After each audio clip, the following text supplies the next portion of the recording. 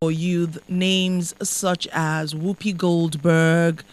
Of course, you do know, for those who are above, say, maybe 30 or 40 years of age, you might know Whoopi Goldberg as that wacky, crazy comedian stroke actress, very popular with the movie Ghost. And of course, she had others. Recently, she was with Tiffany Haddish in one of those crazy movies. Anyway, so Whoopi Goldberg, the likes of Richard Branson, the man behind the Virgin brand, talking about whether Virgin Airlines or, well, just about any other thing, Virgin, Richard Branson, talking about the likes of Tom Cruise, Keira Knightley. These are some actresses and actors that I would say almost everyone, except if movies are not your thing, then at least you would know the types of Richard Branson. Lee Kuan Yew, even if you didn't have the opportunity to know the man while he was alive, the 2015 elections made sure that quite a number of Nigerians had to go check up who Lee Kuan Yew was during his lifetime. Found out that he turned around the fortunes of Singapore, put Singapore on the map positively. That Lee Kuan Yew. Or Muhammad Ali. You know, when we're talking about the most, I would like to think the most famous African American footballer. I mean, this man resonated with people all around the world, especially Africans. There were others, but particularly Muhammad Ali. You know, if I were to call a person like that, or even Steven Spielberg, talking about a great movie maker. Now, I could go on and on and on with names. If I had to ask you the question, what do these people have in common? Something that all of them have in common. Quite a number of people might be scratching their heads wondering, what has Whoopi Goldberg got to do with the likes of Lee Kuan Yew? Or what has Muhammad Ali got to do with the likes of Tom Cruise or Keira Knightley or Steven Spielberg? Well, all these names that I called and even more. I mean, like I told you, I could go on and on. Cher, the musician, you know, I could go on and on. There's so many of them. All of these people that I mentioned are people who had learning disabilities. Guess what? I have been searching for over a week to find Africans, particularly Nigerians, who suffer from these learning disabilities, and I wasn't able to find even one. It was the doctor in-house who came in and told me of one or two people, so I'm going to let him be the one to tell you. At this point, I would like to announce that we're not only live on Facebook, the doctor is here live and direct talking about Dr. Umar A. Sadiq. Dr. Umar, it's great to have you with us in the studio. Welcome. It's awesome to be here. Good evening, Jacqueline. Good evening. Now, we're talking dyslexia and dyspraxia, particularly this evening, but I do know that there's a whole group of learning disabilities. I don't know whether you could run through them briefly for us and describe what exactly it is before we go into, you know, those two particularly. Okay, thank you very much. First of all, I would like to start by saying we have intellectual disabilities and we have learning disabilities. Intellectual disabilities are what used to be called mental retardation, and they are usually associated with low IQ, an IQ of less than 17. Learning disabilities are part of a group of disabilities referred to as specific developmental disorders of scholastic skills. Scholastic skills here refer to learning, reading, writing, and spellings. Well, of course, calculations as well. Okay. So dyslexia which is the major topic of discussion today, is a learning disability, a specific learning disability that has to do with difficulty in spelling, reading, and writing.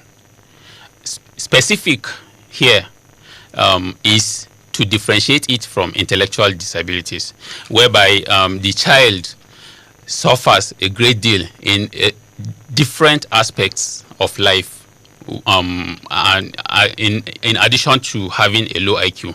So he's unable to take care of himself. He does not. He is unable to live independently. He needs to be bathed. He needs to be helped to eat, to put his clothes on, and what have you. Now, in So the case those of would be disabilities that affect the intellect. exactly, But these ones do not affect the intellect. they have normal IQ, or in most cases their IQ is above average. Wow. Yes. Now, the neurobiology of this is that due to their cerebral makeup, I'm talking about the dyslexics now. Yes. They actually enjoy a significant cognitive advantage over non-dyslexics. They are usually able to look at situations and fashion out disparate pieces of information and blend these pieces of information into a narrative. You understand? Their brain can take, like a jigsaw puzzle. Yes. Their brain can take it here and there and then merge it into Yes, one quickly. into a kind of tapestry that makes sense only to them. Okay. You, the non-dyslexic, may not be able to see what they see. So as a result of this, they tend to do well in the arts, in entrepreneurship, in engineering, and architecture. The only problem is that they cannot read. So we have a lot of famous personalities here, like you were mentioning. Albert Einstein was dyslexic. Albert Einstein was also dyslexic. Einstein was dyslexic. In addition to Will Smith, 3 U.S. presidents of the past, George W. Bush was dyslexic, John F. Kennedy, and George Washington, they were dyslexic. But how come we don't have Nigerians? And you know, Doctor, I don't know if this is, we can even talk about data right now, since nobody is coming out to say, you know, this is what I've noticed about myself, or even that the awareness is even there. Yes. But I hear that out of every 10 people or 9, 1 is dyslexic. That is how common these learning disabilities are. According to the Dyslexic Society of Nigeria. So we have an association. We have an association. And according to that association, 1 in every 3 children is dyslexic in Nigeria is dyslexic. It sounds crazy, but it's believable. If you look back at your nursery school days, your primary school days, those children that we used to sneer at, that we used to laugh at because they cannot read, we can read, they cannot read, they could have been dyslexic. But the society shames them, and which makes matters worse. It makes matters worse because they begin to develop low self-esteem. They become embarrassed. It could lead to depression, and they begin to skip school. And according to some studies, 65% of inmates in a juvenile delinquency facility were actually dyslexics, who were shamed from going to school, and then they decided to just go, the other way, live a life of crime. Exactly. And a lot of people who indulge in substance use and all of that. Because society rejected them. Society rejects them. So it's amazing, Dr. Umar, that we even in Nigeria have a Dyslexic Association of Nigeria. That's and right. We've not had them having an impact on the strategy of schooling in Nigeria. I mean, being able to train, to build capacity of our educators in Nigeria to be able to identify children who are dyslexic and to do something about it. This, for me, I'm not only, it's saddening that we have an association and we don't see their impact. Well, these are private individuals, and I believe if government begins to take special interest in these things and begin to support bodies like the Dyslexic Society, I think things will improve a lot. So going back to learning disabilities, I said, learned that there was an array of some of them. And I said, please describe for us all of them in short. You talked about dyslexia, Yes. not being able to read. To read, write, or spell. Or spell. Now, there are certain children, of course, certain people, because they grow into adulthood and still continue to be to have that disability. There are certain individuals that are completely unable to carry out mathematical operations. Completely. Despite every effort, but they do well in every other aspect of life. The only problem is that they struggle with mathematics. Those ones have what? That's dyscalculia.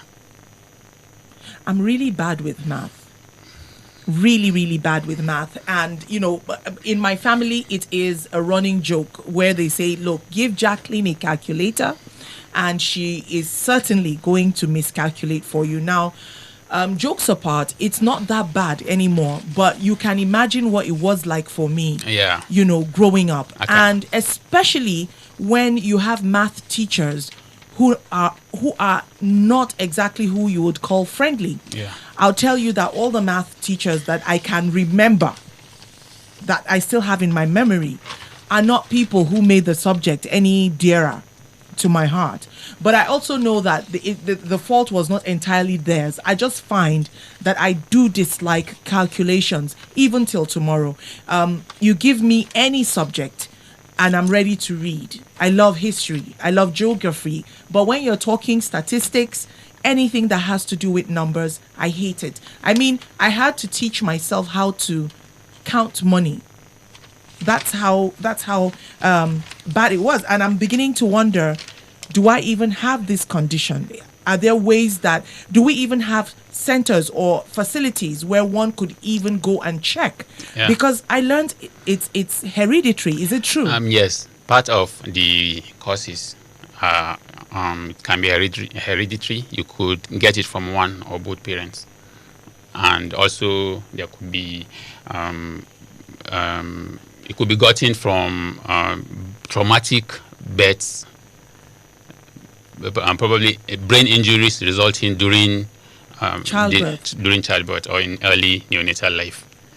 It could also be gotten from while the mother is pregnant. There's what we call alcohol fetal poisoning. Yeah. When the mother consumes alcohol while pregnant, it could result in any of the learning disabilities.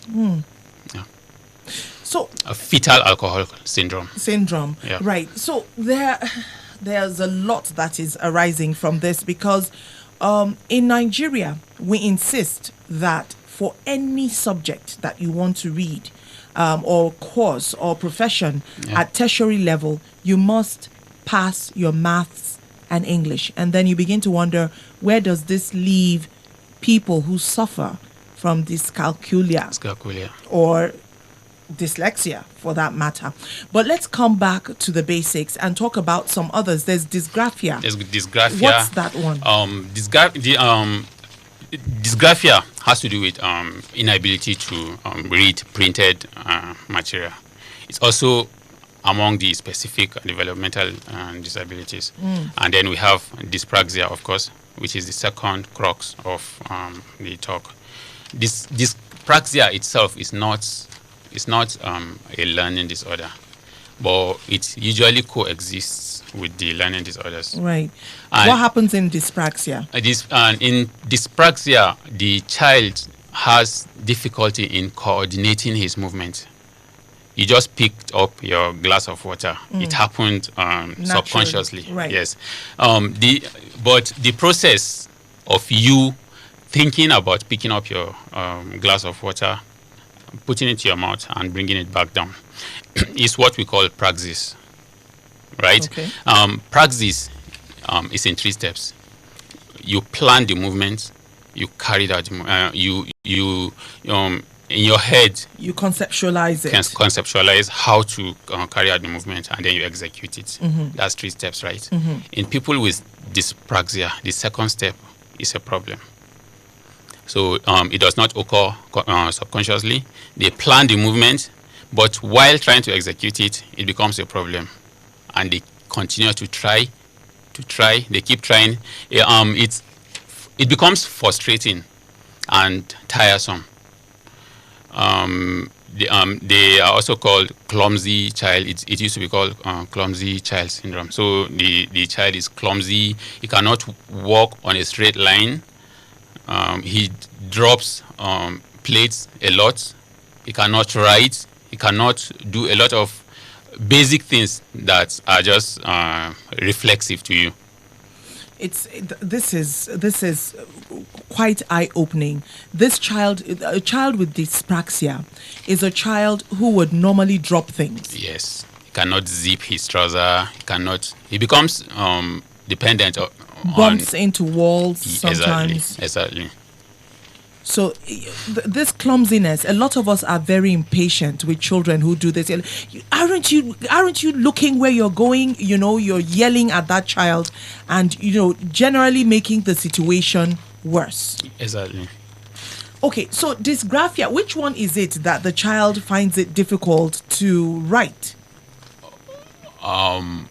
Is it with the dyslexia, or it's specifically under something else? Dyslexia has to do with reading, spelling, and writing. So dysgraphia would be the reading aspect of it. Okay. Yes.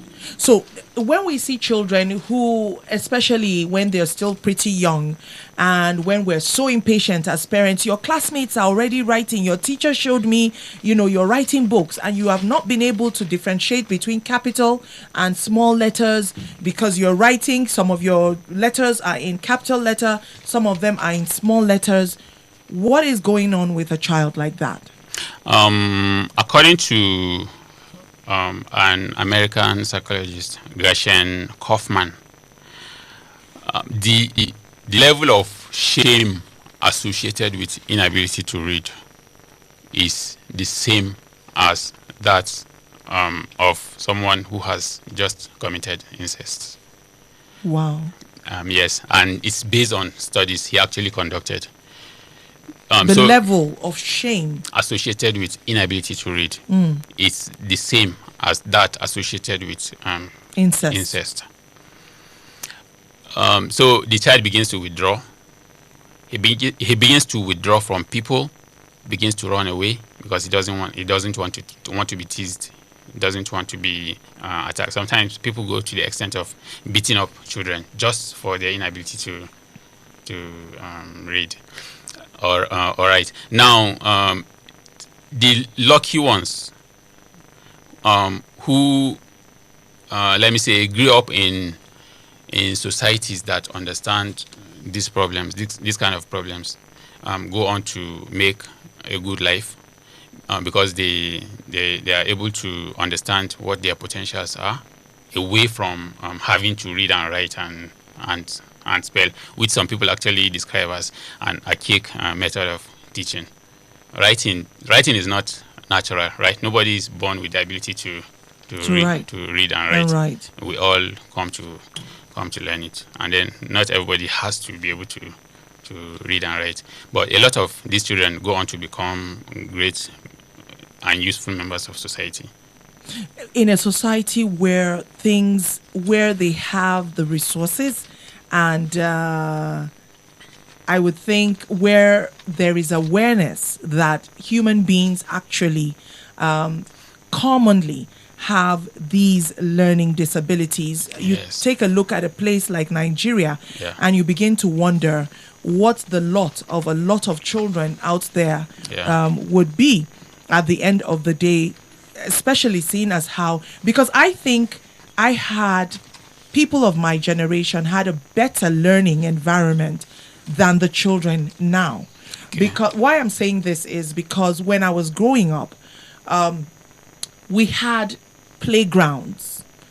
It's not every school. And you begin to wonder why the Ministry of Education, for instance, would allow a school that does not have a playground to be in existence. We had playgrounds. My generation, we had teachers bringing in different resources. Like I'll tell you that we had like a blackboard or a board at the back of the class where for every good deed you cleaned up, you didn't throw papers on the ground and all of that, your teacher would reward you with a golden star. You know, there were stickers that would go under your name on that board where every student's name was. And so you would find that at the end of the week, everybody was rewarded in one way or the other. There were those who were brilliant, like in class for their books. You would get a reward for that. It could be sweets, a pencil, something. For those of us like me, who were not exactly at the top of the class, you would find that you made up for it. So there was that sense of validation that I also belong. I also got a star because I was neat. You know, I would do things that would please the teacher enough to put a star beside my name. So at the end of the day, you would find that everybody, or at least everybody in the class, had that feeling of we're together in this. Oh, I got a star because I cleaned up. I got a star because I was helpful to teacher. I got a star because I was good in math. I got a star because I was perfect in English. At the end of the day, we had all of that. But now, the system is getting worse because I've been to 2, 3, 4 schools to just see what's going on, and I in Kaduna, and I will tell you that there's hardly those kind of things. We had sessions where comic books were put before us, and so you would find that a child who had difficulty with the written word would be able to see pictures and be able to, you know, like. What you're describing is called positive reinforcement. It's a helpful tool in psychology, and it's actually a way to improve a child with dyslexia, amongst a lot of other ways. You understand? I do understand. I'm just trying to imagine children in our local villages, the children going to public schools and just wondering how many dyslexic children fall through the cracks, and then we just let them go, and then because of that they find themselves living alternate lives that they would otherwise not have lived if only we had given them that time and patience.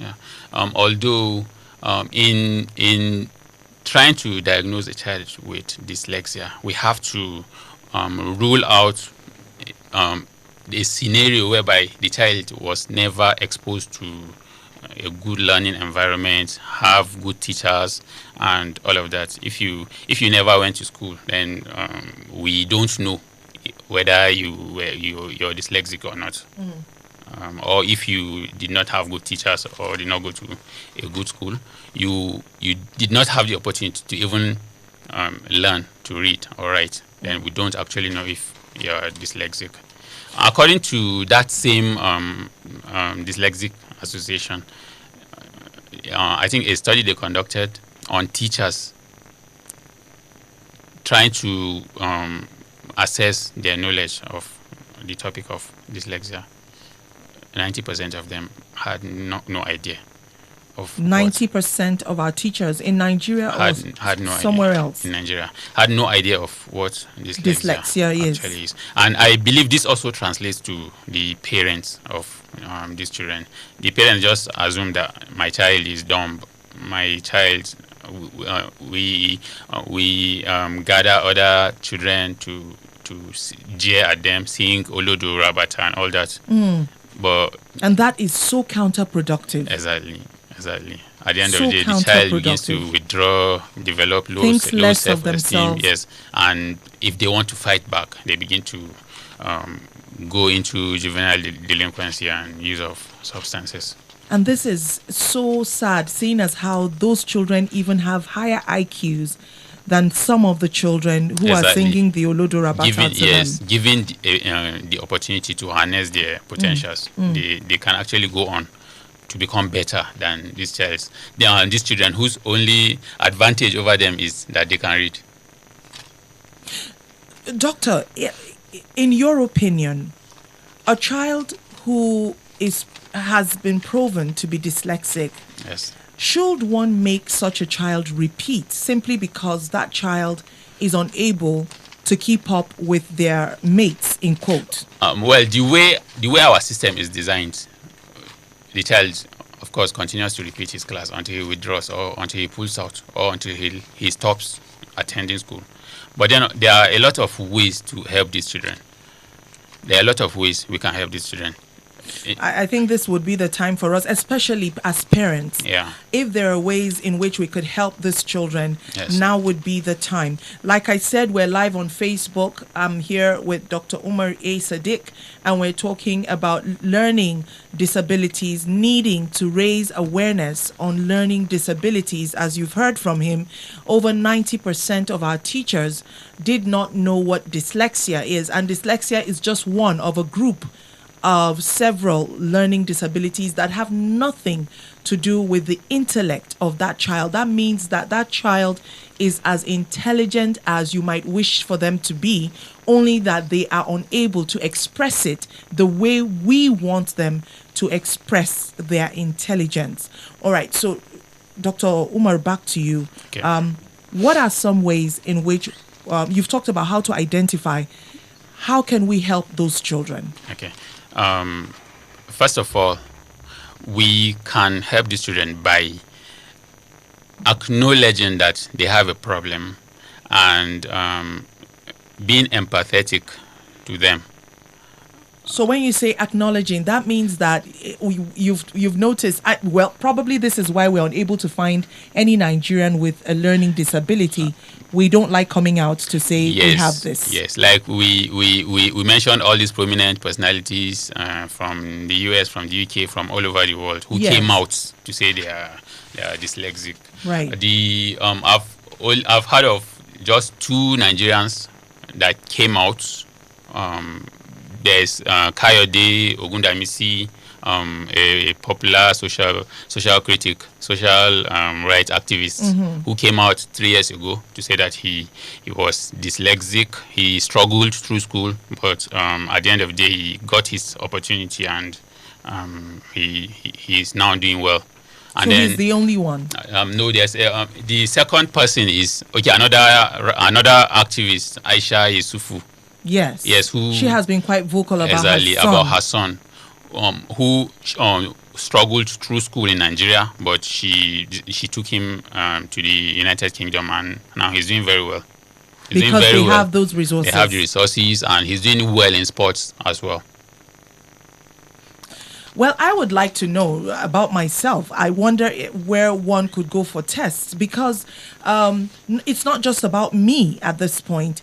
It's also about my kids, Yeah. and also raising awareness for other children, because like we've heard from you, Yeah. it is a condition that could be passed on to one's children. And indeed, it is something that you should know, because even if it skips one generation, you might find it appearing in another. And if you don't raise the awareness that this is what, I've noticed or taken note about myself, your children might not know about it. And then, of course, they might find themselves engaging in harmful behavior to That's their right. own children, because they did not know that grandma or grandma to be had something like this. So it's really important. And I'm asking, are there places where I can go and test to see if I'm dyslexic? Because there was something you said about me. I told you that sometimes I want someone to give me something. It could be my phone, it could be a spoon, it could be something. I have the picture in my mind, but I just find myself saying, hand me that, I keep snapping my fingers like that until the word comes and I say it. And you called it a name. There was something you said. You said phonal. There's something you said. Okay. Something phonal. Praxia. Was it praxia? You said no, it wasn't praxia. Dr. Umar, how could you have forgotten? You said something about tonal or is it phonal agnosia or something. There was a name you called Oh, it. nominal aphasia. Aha, nominal aphasia. That was what you called it. Okay, so are there places where we can go and check ourselves to see? Yes, I think the first place to check yourself would be at home. First of all, the child we suspect to have dyslexia would have likely suffered a delay in beginning to speak, uttering his first word. There's a certain age at which we begin to worry when a child has not begun to speak. To speak, yes. Right. So they usually have a prior history of that delay in language. Then also, if you trace, you would most likely find that they have a history of dyslexia in the family, probably one or both of the parents. Okay. Yes. And then when you compare their performance in class with their peers or with their siblings at home, you will see that for their age, they are not doing well. You have 2-3-year-olds. One can read, the other cannot, and they are undergoing the same learning instructions. One can read and the other cannot. You begin to suspect the one that cannot. If you give them materials to read, such as the alphabets, you give them those alphabets that look similar, letter B and D, they begin to mix them up because they look alike, right? Number 6 and number 9. 6 is 9 turned upside down. Right. They mix them up. They put one in place of the other. Also, letters G, small letter G and small letter Q. Same thing. So you begin to suspect. Then let me hold you off on that, Doctor, please. Let's go on a quick commercial break. And when we get back, Dr. Umar A. Sadiq talking to us this evening about some common learning disabilities. We'll be right back. Do stay with us. Thank you for staying with us through the commercial break. Still with Dr. Umar Sadiq in the house, and we're talking about dyslexia and dyspraxia particularly, but we're taking a look at the whole, the whole spectrum of learning disabilities that actually have nothing to do with that child's intelligence. I keep stressing has nothing to do with the child's intelligence, because the moment we hear about disabilities or learning difficulties or something, the first thing that our mind goes to is that somehow that child is mentally impaired. And this is far from the truth. The fact that the child is unable to express themselves the way we express ourselves, or we expect them to express themselves, has nothing to do with their disability. Before we went on that break, Dr. Umar, you were telling us about how to identify. Yes, and we had talked about you could have it, so you might have a history. Yes, of it in the family. Yes, and if it's back to the child's early life, he most probably had delay in speaking. And also, when you introduce him to the similar appearing alphabets or numbers, like 6 and 9, like letter B and G, letter B and D, that look alike, he mixes them up. In addition to that, of course, in the whole picture, the child is doing well in other aspects of life. He has good IQ. He speaks well. Of course, they are known to have great oratorial skills. Yes. At the same time, if you give him short words like 3-letter, the CVC word, consonant, vowel, consonant, like BAD, bad. Ask him to write it. He will write it the other way around. He write dab. If you write pot, POT, he write it TOP. He mixes these things up. At this point, it would be good. After having identified all of these things, then it would be important to take him to see a therapist or a psychologist to further assess. Where would that be, Dr. Umar? Because it's easy to say where. Would that be the neuropsychiatric hospital here, or just we go have and see hospitals. a We pediatrician? have hospitals all over. We have all the teaching hospitals have psychiatric departments where you can Okay. always meet a specialist, a psychiatrist, a psychologist. that As a can- parent, Yes. what should you, in the meantime, while you're seeking help for that child, what should you insist that the school do for you, especially for parents who have kids in private schools and are able to, ask or, Yes. demand that something be done for that child? Yes. What the school can do, first of all, the teachers can individualize the child's learning, either as an individual or in small groups, whereby they particularize the nature of training for that group, that small group, or the child, separate from what they are training other children with. Also, there are aspects of the training that the child can actually understand better and do well at. Say you're setting an exam for the class, the child cannot read these questions. So you need to be able to read and understand the question before you can attempt to answer it. Okay. Well, But okay. if you give these children the questions in audio form, Yes. they will understand it and they can be able to answer back in audio form If you give it to them orally, orally. they would be able to answer Orally. and also give you back. Yes, and then they will answer it perfectly because, of course, they are intelligent.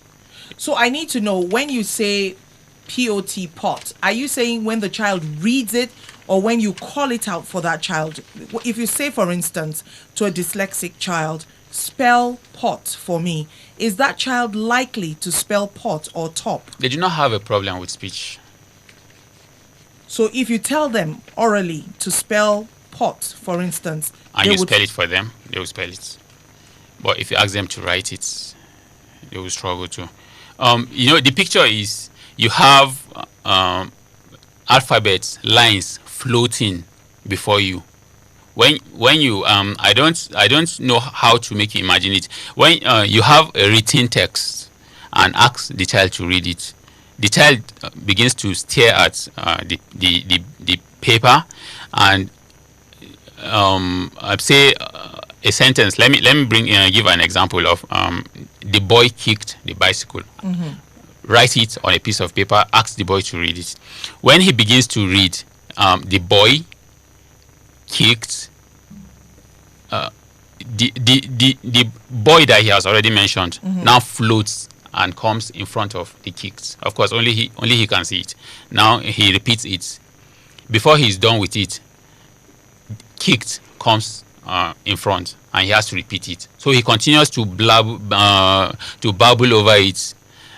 It takes him a long time to read just this very short sentence, which another child, I wouldn't say a normal child, they're all normal, right? Which another child would just read them. read. Exactly. So the words float They and float. then interchange. They interchange. And so it gets difficult. And this, instead of us to talk about whether it's the village people that have come for one's child and No. all of that, it brings to mind, there was one of our inspector generals of police, right, who read. There was one time he went to Kano and read, and he kept repeating one word: transition. Yes. And a lot of people were like, "Oh, they've Anyima Shijifa, like Yeah. they've done something to this man, Yeah. and that's why he's unable to articulate what he was reading." But Exactly. it's very possible that we could were have been a seeing classical picture of dyslexia. Right. Okay, so time for us to open up the phone lines. I hope parents are listening and you're by your phone ready to call in so that we can talk about this and see how we can improve on learning environments for our children. And the numbers are 081 Once again, that's 081 Then we have 070 That last number is 070 Let's go take your calls now. Hello, good evening. Good evening, mother. Welcome. Your name? Yeah. I am Ojasi Ogebe Sado. You're welcome, sir. Go ahead quickly. Yeah, good evening, doctor. Good evening. Yeah, I'm very, very happy for this topic today. Okay. All my life, I've never heard all these words you people are speaking. Interesting. Dyslexic, honey. And then there's need, I think the awareness should, first of all, goes to all the teachers. I think majority of them are not aware of all these things. Mm-hmm. And you find that they will keep on punishing pupils, students because of their inability to read or this, not knowing that this thing is a problem on its own. Yeah. So I think the first people that should be aware of this, not even the parents. I think the teachers, they need to be aware of all this. I think, doctor, please, you people, they have, I think you say they have an association. Okay. I think can take it to school and also the principals, to schools, to headmasters, let them be aware of all this problem. I'm very, very happy for the topic today. Okay. I think may God bless you. Amen. And maybe thanks for enlightening us. I'm grateful. Thank you very much. Okay, thank you very much. Thank you so much. Makes the program worthwhile hearing a parent say thank you for raising And actually appreciating. awareness and actually appreciating. Hello, good evening. Good evening. How are you? Good evening, sir. Your name? I followed what you are teaching this evening. Okay. Your What name, sir? about pronunciation? Your name, sir? My name is Audu. Okay. What about pronunciation? All right. Pronunciation, whereby you see some people instead of ask, A-S-K, they continue to say ask. Okay. All right. That is just my question. Okay. Thank you very much, sir. What about pronunciation? Let's go take other calls. Let's see if we can squeeze in a few more calls before we come back to Dr. Umar. Just minute them down so that we don't forget. The lines are still open. The numbers are 081 and 070 The calls haven't come in yet. But Dr. Umar, what about pronunciation? Is that part of what we might see? Or is it about learning? Yes, that can also come under learning disorders. It's actually a problem with articulation, which can occur on its own or as part of the learning disorders. Part of the spectrum that we see. Of learning disorders. Right. There are a lot. There are a lot of them. Even stuttering. Mm-hmm. Stuttering is a disorder of its own. As a matter of fact, I learned that even children who find it hard to give you attention for a long space of time are also considered a part of this spectrum. That is called attention deficit hyperactivity disorder.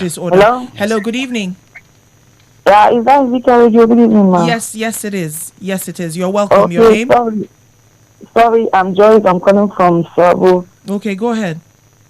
Okay, sorry. I actually picked interest in the topic. I'm actually a teacher. I enjoy the topic. I'm just hearing this learning disability for the very first time. But I want to know, will there be a solution to it, or the child will just remain like that with an inability to read forever? Okay. All right. So Dr. Umar will answer that. And thank you so much, Joy, for being passionate enough about your students to have called in. We appreciate you. Thank you very much. Sometimes you feel bad when you're trying to put an effort on a child and you don't see any positive impact on it. Yeah. So what will you do with such child? How can you help the child? Right. And it gets frustrating, especially when the teacher... sometimes you get frustrated as if you're not doing well as a teacher. Right. When you have a child that you know that actually the child, when it comes to oral, you see him saying it. But when it comes to writing or reading and the child is grown up, some of them even see them in senior classes. So what do you do about such children? Okay. I don't know. All right. Thank you very much. And thank you very much, Joy. Your passion shines through. We appreciate you. All right. So, still looking out for your calls this evening. I can only pray that there are a lot of parents who are listening, and we will begin to develop patience towards our wards, especially when you know that this is something that you yourself experienced or someone that you know experienced it, someone in the family, that is. Dr. Umar, does this mean that, okay, we have another call, let's take as many as we can. So please let's not forget Joy's question. But hello, good evening. Hello, good evening. Welcome. Yeah, I'm Miss Mary from Bama. Go ahead, please speak up. Okay, yeah, this is my person. Even in school, maybe if you are trying to teach something, you forget. I can't hear you very well, Miss Mary. Okay, hello. Yes, go ahead. You said? Yes, I said my first son. Your first son, yes. Yes. I think he's concentrated because whenever they are teaching him, he even forgets him. He forgets? Yes, he forgets. Okay. All right. Even the teachers used to complain. So I don't know. What do I do with a child like that? Okay. All right. Thank you very much, Miss Mary. All right. Let's come to you, Dr. Umar, and see if we can. Let's take this last call. We will not be able to take any more calls after this. Good evening. Hello. You have Good 30 evening. seconds, sir. This is Noah from Kudende. You're welcome, Noah. Quickly, please. Sorry, I think some of these, my own understanding, I think some of them are spiritually. So we should handle them spiritual. Okay. All right, Noah. Thank you very much. Okay. Please allow the speaker to just contribute to this, so that we'll just look at it that way. Okay. Okay. Thank you, ma. Yeah. And thank you, Noah. Well, Dr. Umar, the ball is in your court. First of all, to answer Joy's question, she said, "Is it a disorder?" Is this how it's going to happen? Exactly, Go ahead. Exactly. First of all, dyslexia is not a disease; it is an identity. The first thing to do is accept it as an identity. It will not go away. You continue to live with it. The best thing you can do for yourself is devise means of channeling your strength into your other potentials, which is what a lot of people did and became famous, became great entrepreneurs. It is an identity, and identity is not something that one can cure, right? Identity is the basis of community and an element of self. You just have to understand, accept yourself for whom you are, and embrace it. Right. Exactly. Right. So it will not go away. But there are better ways in which schools can actually help those children actualize the basics, that benchmark that we have set. Yes. I mean, you're telling children that you must pass English and math, and maybe we're beginning to see why cheating has become the order of the day, even amongst adults in Nigeria. Because if, for instance, a child whose identity is that he is a dyscalculia student, for instance, someone like me who doesn't really like math, and you're saying I must pass math and English for me to study literature, for instance, or for me to study, then you see why we find people going to hire students or people to go write exams for them. And I think, I sincerely think that we could do better. Yes. What the teachers can help to do is to introduce methods that can specifically help the child. Or during exams, we can give these children extra time. Having identified that these children struggle to read, to write, to answer their questions, you first of all give them the methods that they will understand, that they will be able to answer. Then we're running out of time, and now a lot of people are calling. Unfortunately, we cannot take any more calls. There's actually a lot to talk about. A lot to talk about. We'll still come back with this. But for someone like Mary, what would you advise? Where does she take her child to, her son? Mary said her son tends to forget easily what he's told. I think that could it be a part of the attention deficit? Exactly. It it's actually a part of attention deficit. But attention deficit comes with hyperactivity. So it's a whole disorder, attention deficit hyperactivity disorder. And I think she should try to take him to see a psychiatrist. Okay. All right. So what about Noah, who says that it is a spiritual problem? Noah, it is not spiritual. Okay, so Dr. Umar has kept it really simple. It isn't spiritual. Noah, I actually understand where you're coming from, but for too long in Africa, we ascribed to the spirits or the spirit world what is easily understood or rectified in the physical. Dyslexia is a real thing. I urge all of us to go and read up more on it. So I'm just going to go ahead and spell dyslexia at this point. It is spelled as Dyslexia. Once again, Dyslexia. And then we have dyspraxia, which is Dyspraxia. But I think if you just go ahead and check learning disabilities, you will see all of them. They're there. You will see the one for calculation, the one for writing. You can find a whole lot online. And I think that's the beginning for us to raise awareness. Dr. Umar, your last line. I hope, Dr. Umar, we're going to look for you. Even if it's not for next week, Okay. but in the coming weeks, we will look for you. And the assignment from us here is to please look for more resources that will help parents who are listening to you right now. Okay. Can we trust you to do that? Please. Okay. Thank you. All right. All right. So, Dr. Umar, is there any other thing you want to say quickly before we go? Yes, my last line would just be, like I said, let me just repeat. Dyslexia is not a disease. It is just an identity, and it's good to accept it and work towards actualizing your potentials. Thank you so much, Dr. Umar. Like I said, I am going to find out if I am dyslexic. I tell you, I promise all our listeners, just so that you will know I'm functioning. I'm a functional adult. At least I was functional enough for a man to see me and marry me. I earn my own money. I'm not totally dependent on my husband. And I'll tell you that I have a good life. So that in itself she'll tell you, but I intend to find out about myself, and I'll come back and let you know. Until then, remain victorious and do have a beautiful weekend. Dr. Umar, Thank you. God bless you. We appreciate you. God bless you too. Thank you. All right.